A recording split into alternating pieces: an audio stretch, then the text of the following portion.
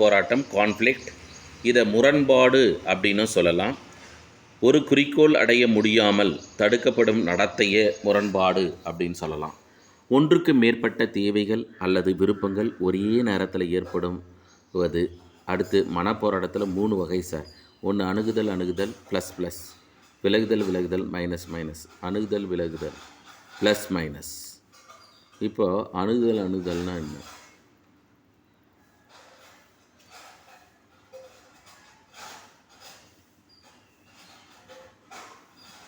அதனால் ரெண்டுமே பாசிட்டிவ் தான் சார். இது அணுகுதல் அப்படின்னும் போது ப்ளஸ். 2 வெவ்வேறு விருப்பங்கள் மற்றும் கவரக்கூடிய இலக்குகள். எடுத்துக்காட்டாக ஒரு மாணவன் பள்ளியினோடோ அல்லது குடும்பத்தினரோடோ சுற்றுலா செல்லக்கூடிய சூழ்நிலை, அது நம்ம அணுகுதல். 2 அழகிய. அடுத்து நுழைவுத் தேர்வில் வெற்றி பெற்ற ஒருவனுக்கு பொறியியல் பட்டம் படிப்பதிலும் மருத்துவ பட்டம் படிப்பதிலும் சேர்த்து சீட் கிடைக்குது.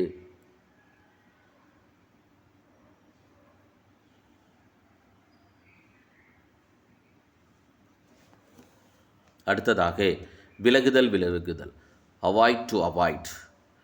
இந்த வகை மனப்போராட்டம் இரண்டும் விரும்பத்தகாத அல்லது அச்சுறுத்தலை தரக்கூடிய இலக்கு.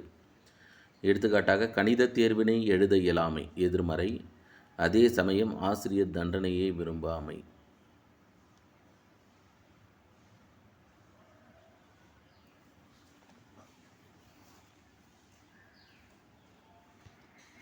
அணுகுதல் விலகுதல் ப்ளஸ் மைனஸ், பாசிட்டிவ் நெகட்டிவ். அணுகுதல் விலகுதல் மனப்போராட்டம் இது ஒரு இலக்கு ஒரு சமயத்தில் கவரக்கூடிய வகையிலும் மற்றொரு சமயத்தில் அதே இலக்கு அச்சுறுத்தலையும் தரலாம். என்ன? எடுத்துக்காட்டால் ஸ்வீட் பார்க்கலாம். ஸ்வீட் நம்ம சுகர் இல்லாத போது சாப்பிட்டோம் அப்படின்னா அது மகிழ்ச்சி. சுகர் இருக்கும்போது சாப்பிட்டோம்னா அதுவே எதிர்மறையான நிகழ்வு. ஒரு மாணவனுக்கு இன்றைய கல்வி முறையின் மீது வெறுப்பு, அதே சமயம் அதன் மீது நாட்டமும் இருக்குது சார், இல்லை? அடுத்து